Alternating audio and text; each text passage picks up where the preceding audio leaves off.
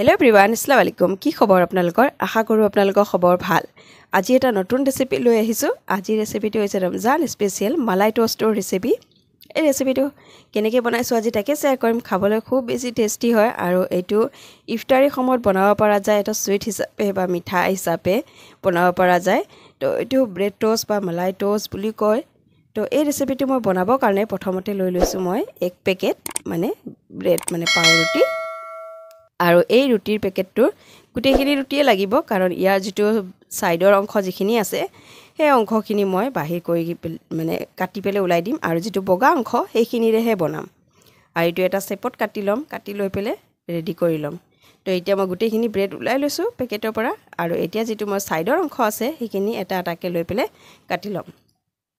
তো এইটো এনেকৈ কাটি লৈছোঁ, চাৰিফালৰ পৰা গোটেইখিনি ওলাই লৈছোঁ যাতে ভাঙি নাযায়, এনেকৈ কাটিব লাগে। তো এতিয়া এনেকৈ চাৰি ভাগত দুই ভাগত চাৰি ভাগতো কৰিব পৰা যায়। তো দুই ভাগত কৰি বেছি সৰু হৈ যায় তেতিয়া, কিন্তু এনেকৈ দুই ভাগত কৰিলে ডাঙৰ থাকি যায়। আৰু এনেকৈ কৰি লৈছোঁ। এতিয়া মই গোটেই ব্ৰেডখিনি এনেকৈ কাটি ল'ম। আৰু এইটো ব্ৰেডটো হেৰিৰে বনাব পৰা যায়, কিছুমানে চব্জি সেইবোৰেও দিয়ে যে, তেনেকৈও এনেকৈ চেপত কৰি পেলাই বনাব পৰা যায়, বা চেণ্ডউইচ চেপত বনাব পৰা যায়। তো এতিয়া গোটেইখিনি মই এনেকৈ ৰেডি কৰি লৈছোঁ। আৰু এতিয়া মই এইখিনি প্ৰথমতে যিটো টোষ্ট কৰিছিলোঁ সেইকাৰণে এইখিনি ফ্ৰাই কৰিব লাগিব। সেইকাৰণে গেছত বহাইছোঁ কেৰাহী, তাতে তেল দি লৈছোঁ, ৰিফাইন তেল। আৰু তেলখিনি গৰম হোৱাৰ লগে লগে ফ্ৰাই কৰি ল'ম। মোৰ আৱাজটো খুবেই বেয়া, একদম জ্বৰ চৰ্দি, একদম মাতটো মাতিব পৰা নাই। তো সেইকাৰণে অলপ আৱাজটো বেয়া হৈ আহিছে। আৰু এতিয়া মই গোটেইখিনি ফ্ৰাই কৰি ল'ম, এনেকৈ ৰঙচুৱাকৈ ফ্ৰাই কৰি ল'ম।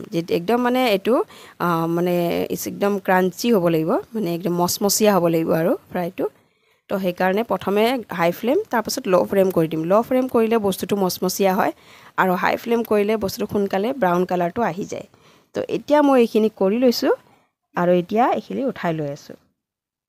এনেকৈ তেলটো জিৰ কৰিব লাগিব, তেলটো জিৰ কৰি পেলাই উঠাই লৈছোঁ। আৰু বাকী যিখিনি আছে সেই গোটেইখিনি মই এনেকৈ ফ্ৰাই কৰি ল'ম। তো এইখিনি দি লৈছোঁ এতিয়া। আৰু এইখিনিও জ্বলা নাই, এইটো ব্ৰাউন কালাৰ হৈছে, এইখিনি কালাৰটো কৰিবই লাগিব। তো এনেকৈ এইখিনিও কৰি লৈছোঁ, আৰু এইখিনিও তেলটো জিৰ কৰি পেলাই উঠাই ল'ম। এতিয়া যিটো ইয়াৰ মাজত দিছিলোঁ মই ৰবৰি, তো এতিয়া ৰবৰিত ৰেডি কৰি লৈছোঁ। এটা চচপেনত মই আধা লিটাৰ গাখীৰ লৈছোঁ, আৰু গাখীৰটো যেতিয়া একদম কুহুমীয়া গৰম হয় তেতিয়া মই ইয়াতে দি দিছোঁ এক পেকেট আমুল গাখীৰ, যিটো পাউডাৰৰ গাখীৰ বুলি কয় সেইটো, এক পেকেট দি লৈছোঁ। আৰু ইয়াক গৰম নোহোৱাতে ভালকৈ পটাপট মিলাই লৈছোঁ, কাৰণ এইটো গৰম হৈ গ'লে গোটা লাগি যাব। সেইকাৰণে এইখিনি মিক্স কৰি লৈছোঁ। এতিয়া ইয়াক উতলাব লাগিব অলপ সময়ৰ কাৰণে। তো এইখিনি বনাওঁতে অলপ সময় লাগে, কাৰণ ইয়াক উতলাই বনোৱা যায়। তো এক বাতি সৰু বাতিৰ চেনি দি দিছোঁ ইয়াতে। আৰু এতিয়া এইখিনি ভালকৈ মিক্স কৰি ল'ম যাতে চেনিটো ভালকৈ গলি যায়। আৰু ইয়াতে দি দিছোঁ ব্ৰেডৰ যিটো গুড়ি, সেই গুড়িখিনি অলপ দিছোঁ, বেছি নহয়, 2 চামুচৰ নিচিনা, চাহ খোৱা যিটো চামুচ, টিস্পুন তাৰে 2 চামুচ ইয়াতে ব্ৰেডৰ গুড়ি দি লৈছোঁ। সেইটো অপশ্যনেল হয়, দিলেও হয় নিদিলেও হয়, কিন্তু এটা ঠিক কৰিবৰ কাৰণে ঠিক এটা হ'বৰ কাৰণে ৰবৰিটো, তো সেইটো কাৰণে দিয়া যায়। আৰু এতিয়া এইখিনি ভালকৈ উতলাব লাগিব, 5 পৰা 10 মিনিটলৈকে উতলাই ল'ম। তাতে দি লৈছোঁ হালধীয়া কালাৰৰ যিটো ফুড কালাৰ পায় সেইটো দি লৈছোঁ, যাতে এটা কালাৰ হওক আৰু সেইকাৰণে। তো অকণমান দি লৈ এতিয়া ভালকৈ মিক্স কৰি লৈছোঁ এইখিনি। এতিয়া ইয়াক উতলাই থাকিম অলপ সময়। তো এতিয়া কালাৰ এটা আহি যায় ব্ৰাউনৰ নিচিনা, হালধীয়াৰ নিচিনা, তো ক্ৰিমি কালাৰ এটা আহি যায়। তো এতিয়া এইখিনি উতলাই একদম কমাই ল'ম, একদম কমি আহিব, কাৰণ ইয়াতে অলপমান ব্ৰেডৰ হেৰি আৰু যিটো শুকান গাখীৰ আছে। তো এতিয়া একদম কমি ঠিক এটা ক্ৰীম ৰেডি হৈ যাব। আৰু তো এতিয়া মোৰ ৰবৰি অলৰেডি ৰেডি হৈ গৈছে। এতিয়া ইয়াক নমাই দিম, গেছটো অফ কৰি দিছোঁ, অফ কৰি দি অলপ লাৰি দিছোঁ যাতে বস্তুটো অলপ গোটা হৈ যায়। আৰু তো এতিয়া একদম নমাই দিছোঁ আৰু ঠাণ্ডা হ'বৰ কাৰণে ৰাখিছোঁ। তো এতিয়া যিটো ব্ৰেডৰ যিটো মই ফ্ৰাই কৰিছিলোঁ সেইখিনি ব্ৰেড লৈ লৈছোঁ এইটো কালাৰৰ। এইটো একচুৱেলি বিস্কিটৰ নিচিনা হয়, যিটো আমি 10 টকাত আমি দোকানত কিনিবলৈ পাই নহয়, টষ্ট বিস্কিট বুলি কয়, টপ হাৰ্ফ বুলি। তো সেইটোৰ নিচিনা হৈ যায়।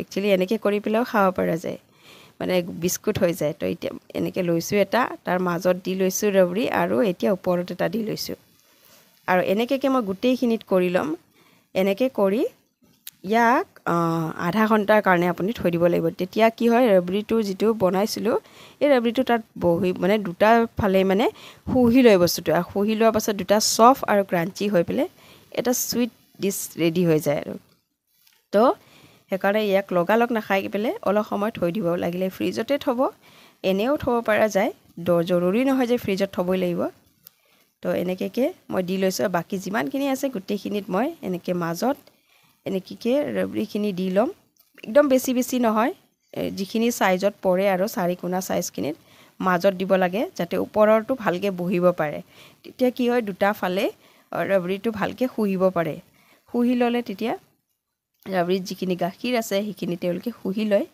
আৰু তেতিয়া ধুনীয়া এটা মিঠাই হৈ যায় তো খাবলৈ খুব বেছি টেষ্টি হয় আপোনালোকে যদি আজিলৈকে এইটো ৰেচিপি ট্ৰাই কৰা নাই এবাৰ ট্ৰাই কৰি চাবচোন খুব ভাল হয় এতিয়া ৰমজান মাহ চলি আছে তো এবাৰ হ'লে বনাব বহুত কম সময় লাগে বেছি সময় নালাগে খালি ৰবৰিটো অলপ সময় লৈ 5-10 মিনিট বাকী বস্তুখিনিত অলপো সময় নালাগে বহুত সোনকালে আৰু বহুত কম বস্তুৰ ভিতৰত এইটো ৰেডি হৈ যায় আৰু এইটো সৰু ল'ৰা ছোৱালীক যদি আপোনালোকে বনাই পেলাই দিয়ে তো খাবলৈ খুব বেছি মানে তেওঁলোকে ভাল পাব আৰু সৰু ল'ৰা ছোৱালীক টিফিনতো দিব পৰা যায় তো এইটো মোৰ ঘৰত ভতিজা এটা আছে তাৰ একদম ফেভৰেট হয় এইটো তো এনেকৈ মই গোটেইখিনি বনাই পেলাই ৰেডি কৰি লৈছোঁ তো এইটোৱে ৰেচিপি আছিলে মোৰ আজিলৈকে যদি আপোনালোকে ট্ৰাই কৰা নাই এবাৰ ট্ৰাই কৰি চাবচোন আৰু ট্ৰাষ্ট কৰক বহুত বেছি টেষ্টি হয় তো এইটোৱে মোৰ আজি ৰেচিপি আছিলে ৰেচিপি চাই যদি আপোনালোকক ভাল লাগিছে তো লাইক শ্বেয়াৰ এণ্ড ছাবস্ক্ৰাইব কৰিব এতিয়া মোৰ যে ভতিজা বুলি ক'লোঁ তেওঁ তাই খাই পেলাই খুব ভাল পায় তো যেতিয়াই মই বনাওঁ তো সিও একদম কৈ আছে যে মই বহুত ভাল বনাইছোঁ বুলি পেলাই তো এতিয়া